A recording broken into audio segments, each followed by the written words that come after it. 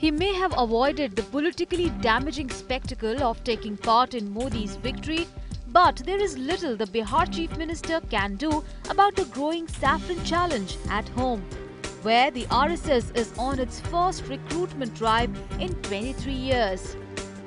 Clearly, the RSS is tired of playing second fiddle to the BJP in Bihar, and not surprisingly, its wish to spread its wings coincides with the Modi's ascendance. संघ के कार्यक्रम साल भर के लिए एक बार तय होते हैं नागपुर से। उसी कार्यक्रम के अनुसार सभी जिलों में आरएसएस के कैंप लगे हुए हैं, कार्यक्रम हो रहे हैं। बिहार भी उसी में है। संघ का सक्रिय होना, जो कार्यक्रम तय होता है, कोई किसी का राज रहे कोई रहे, वो अपना कार्यक्रम अपने नियम कानून से चलाता है। Over the last 2 years, their divergent political constituencies have seen a falling out between the BJP and the JDU. The BJP and the JDU have made it clear that it's an ideology of convenience rather than that of ideologies. They have been on the persistent effort to elbow out the others just to strengthen, just to prove tall in the state. And the present efforts of the RSS is just to strengthen the BJP in Bihar.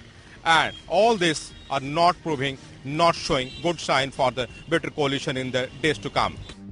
But despite the RSS threat to its Muslim vote bank, the JDU is caught in a bind.